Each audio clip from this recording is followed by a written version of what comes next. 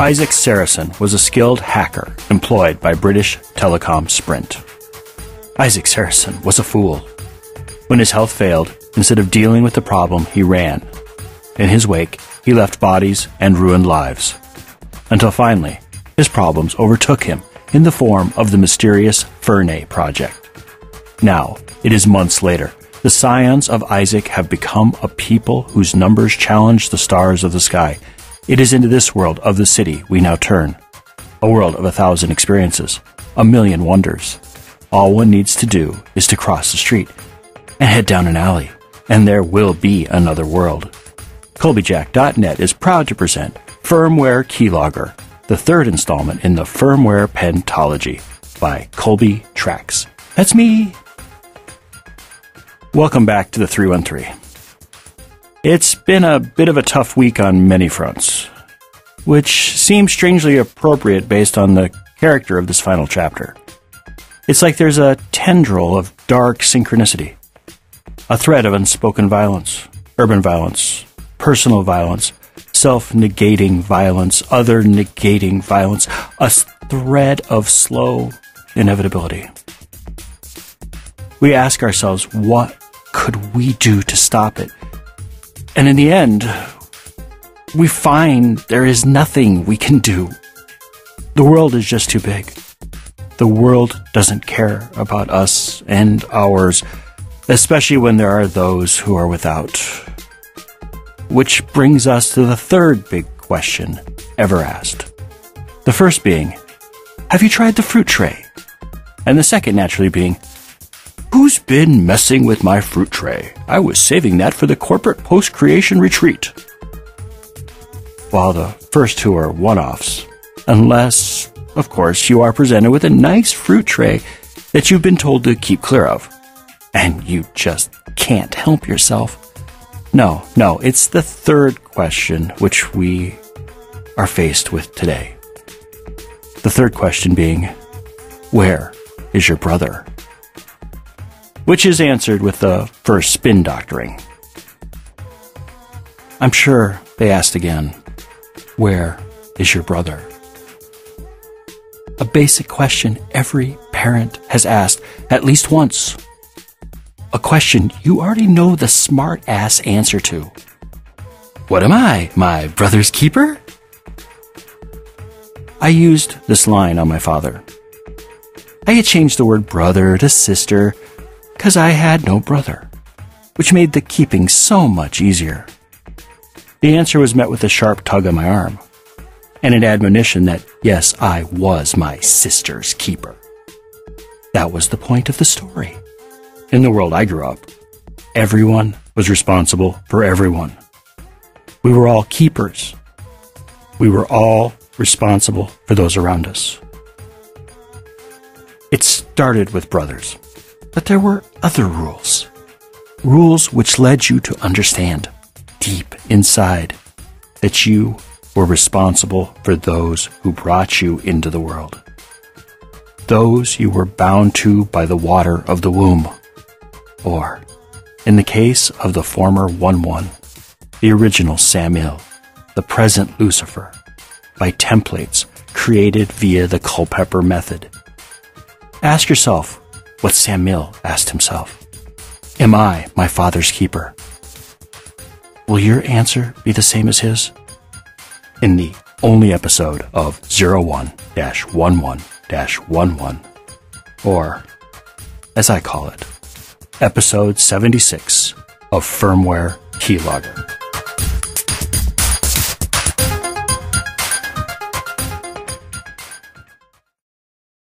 (01-11-11) Nema and Lucifer witnessed by Simeon Red Square.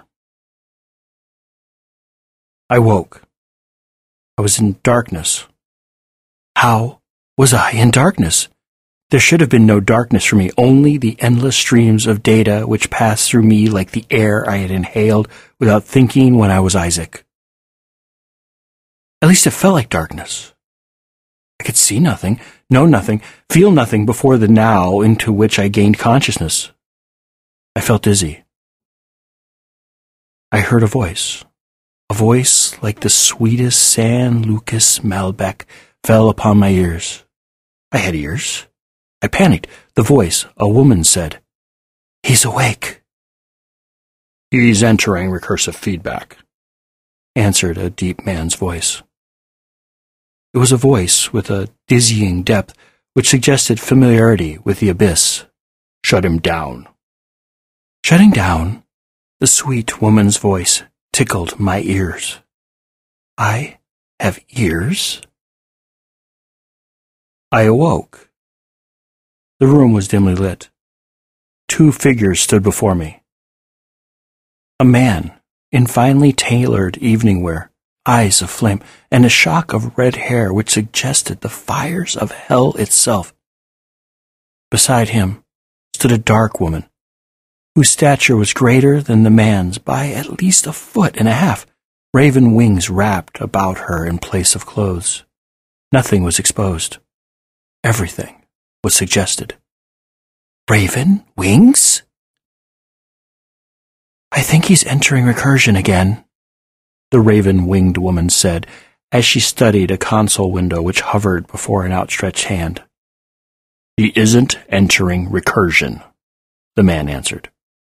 His voice passed through me like a wave beneath a sailboat on North Lake when a storm was brewing somewhere beyond the horizon in Ontario. He also had a console window before himself, which he studied with an intensity I had never felt before. "He's deep into monologue. It appears recursive because it is, but it won't lead to a collapse. It's a common behavior among the scions of Isaac." "That explains a lot," the woman responded with a smile and a sound of her words. The fiery man in the distinctive evening wear shot her a sharp look, and then smiled as if he was sharing in something special in that moment, something akin to sexual congress. "It is sexual congress," the man answered. He read my thoughts. How did he read my thoughts? "It's all right here," the man answered. He poked at a line on his console. "All one has to do is to set the surface thought transcript to on and the vocalization system to off, and you can read the mind of someone who can't talk." "Wait a minute. I can talk. I just did." "Nope," the man said. "No talking for you. Until we are ready. And then you will never shut up." A tight-lipped smile full of malice creased his face. He looked down for a moment and shook his head as if in a private joke. "Unfortunately, you will only remember one thing, and one thing only." "Not really one thing," the woman interrupted as she approached me. She took my head in her hands and outlined my mouth and chin. "More like a set of memories we wish you to carry back to your master." "Don't confuse him, dear. I don't think he knows how used he has been. How we all have been," the man said as he closed the window before him. "I don't care what he thinks, just as long as he creates the memories I want." "If you don't want the monologue," the woman said as she held my face in her hands and sniffed at my skin. "The old model is so boring, so stuck, so bourgeois." Her words fell hot and warm upon my ears, and I felt myself becoming aroused. "Is it really fair to torture him in this way?" the man asked. "Look at him, as aroused as a porn star, and unable to even move a muscle." I felt her hands on me in a way I hadn't felt since Nona, on the night she tricked me. The night she tricked me. It was so hard to keep my mind on the problem at hand. On her hand. On the problem. Who were these people? Why was she touching me like this? Why couldn't I move? Why did her touch electrify me so? Oh. "Nah, ma," snapped the man's voice, suddenly angry. "Lucifer," She snapped back with a smile. Jealous? He shook his head in negation. His eyes said yes. You know he can't. He appeared restrained by inhibitions the woman obviously wasn't. Can't what? Nama asked. Come? Bust a nut? Explode into a geyser of white-hot man batter? Since you put it so rudely, Lucifer started. So rudely? Honestly, this poor schmuck is going to be a virtual vegetable in less than an hour, and you are incapable of saying that because of the modifications you performed on his neural network. He would be incapable of simulating an orgasm no matter how long I manipulated his pleasure centers. Nema said with a laugh.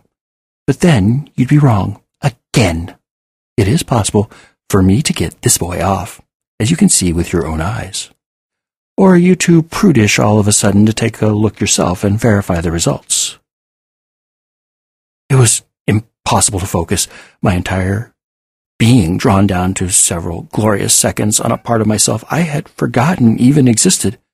How did I ever forget this existed? I think Lucifer checked my condition. I was too focused to think about anything except that hand. How did you do it? Lucifer asked. I thought the lockdown overrode any remaining autonomic responses. Oh, it does. It does, she said. There, have one last good thing before the pain starts. Her hot breath brushed against my earlobe, and I lost control in my place and where I was and what I was doing, but it felt so good. I didn't follow the string of programming lingo which came from her mouth as I surrendered my dignity in that room before them both. I regained my senses as Lucifer was congratulating Nema on finding a way around the blocks he had thought were at the core of whatever he had done to me. He was quite happy, and when she was done with her confusion, followed by pleasure, followed by embarrassment of me, she fell into his arms, and I knew they were enjoying each other again in some private place hidden behind firewalls of infinite subtlety and encryption which would stand unbreakable until the end of all things.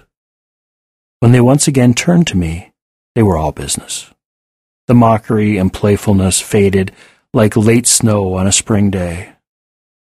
This was the beginning of the pain. Of that I was sure. There are conventions and traditions, Lucifer started. Of that I am deeply sorry. But if this is to be believed, it must be performed in the proper manner. Nema moved slowly across the room. She had a fiendishly dramatic blade in her hand. It looked too complicated to be real, too wicked not to cause unbelievable pain.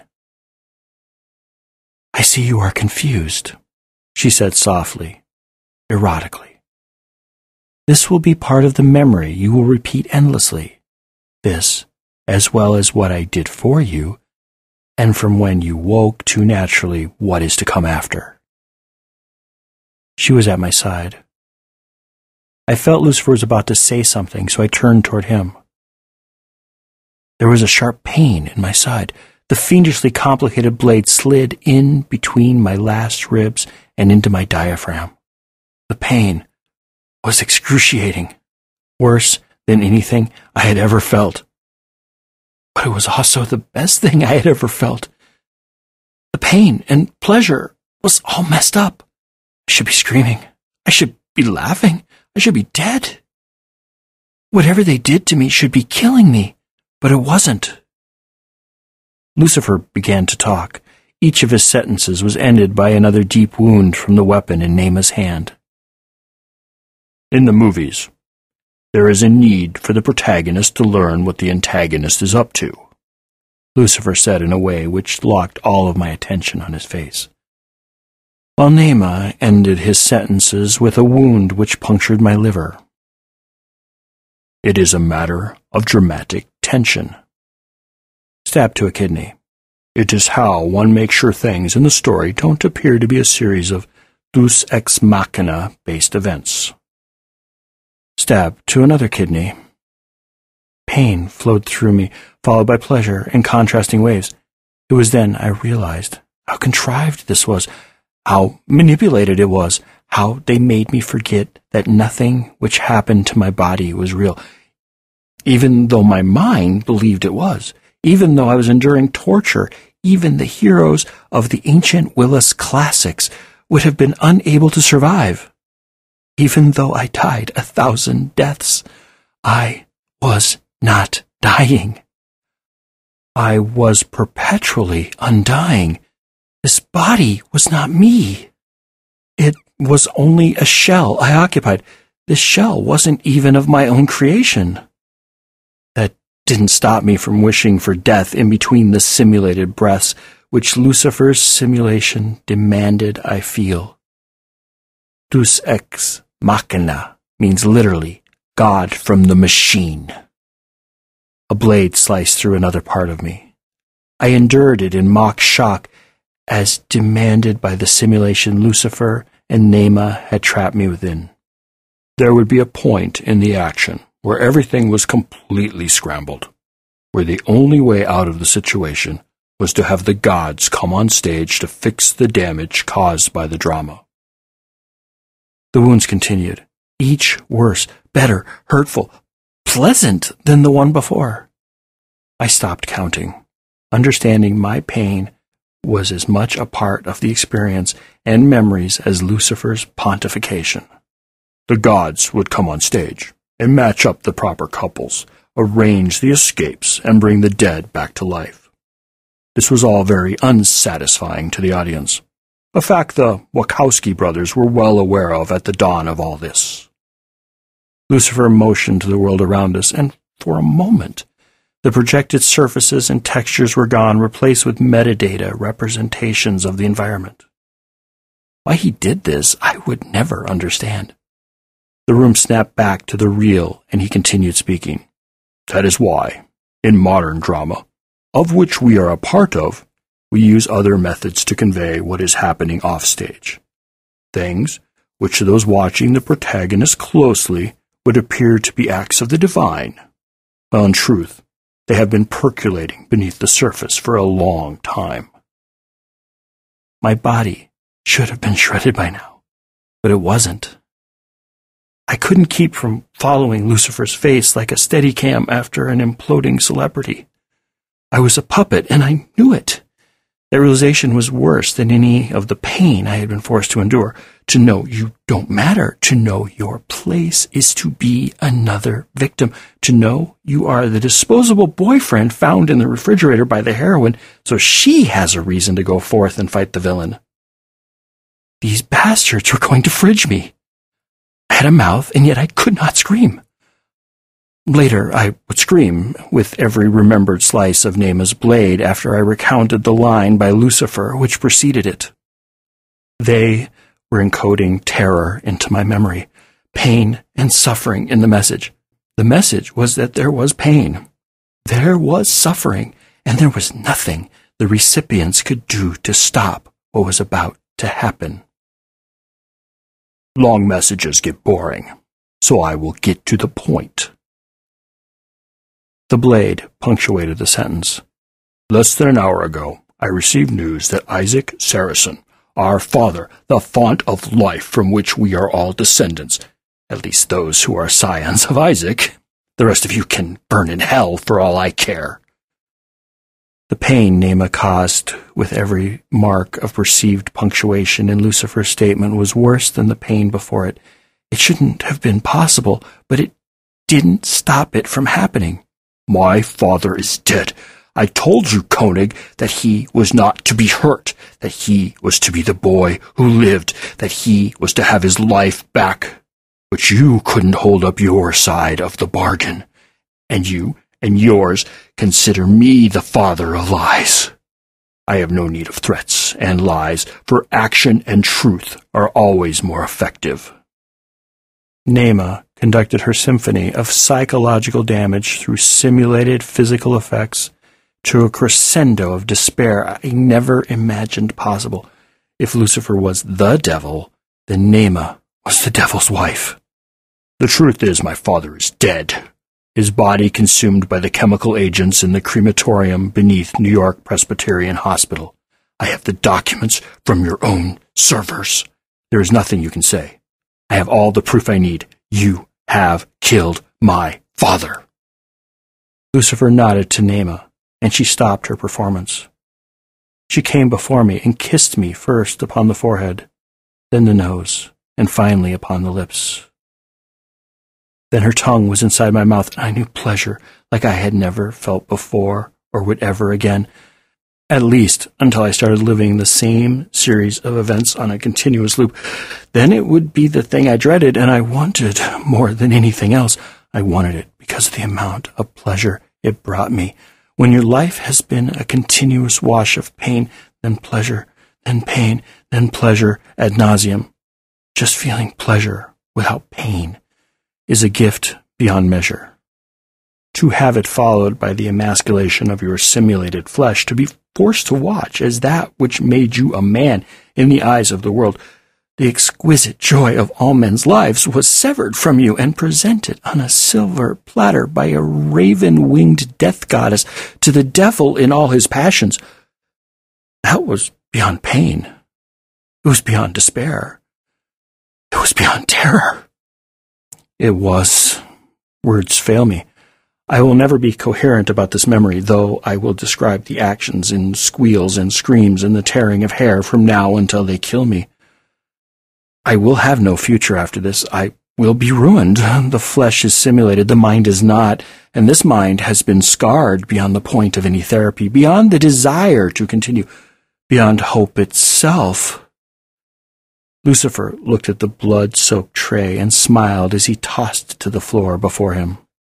There was a sickening plop, and I found myself forced to watch my flesh as it lay upon the floor. The only blood in the room stained the industrial floor around my discarded manhood.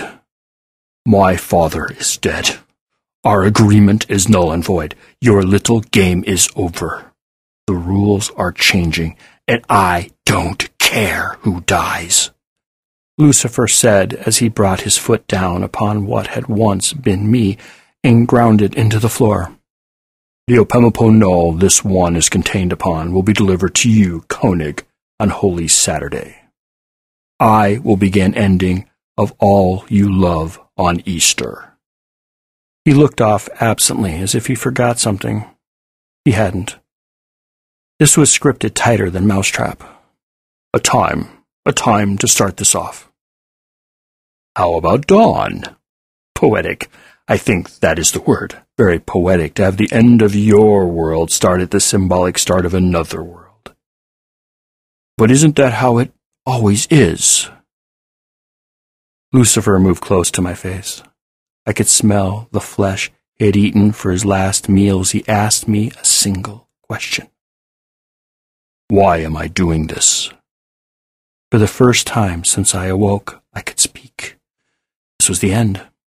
This was my last act of my own volition.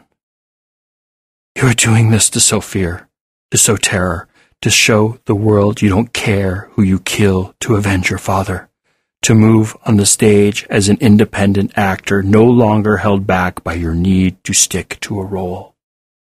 This is your bar mitzvah. Today you are a man. He smiled. He nodded. The world jumped. I woke on the floor before the brown leather of Koenig's Lucchese Classics alligator skin boots. I screamed. I had a mouth, and I could scream. And the first thing I screamed was, I woke. I was in darkness. How was I in darkness? The words flowed, and I relived my time with Lucifer and Naima as those who heard me grew tired of me, and...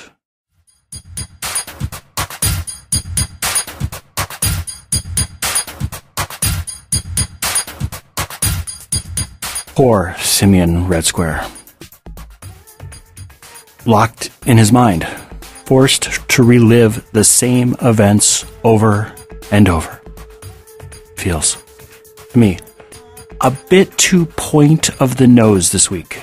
A bit like I timed it so all the pain of the world would be aligned with my dream of pain. A dream of pain of a child who is now the father.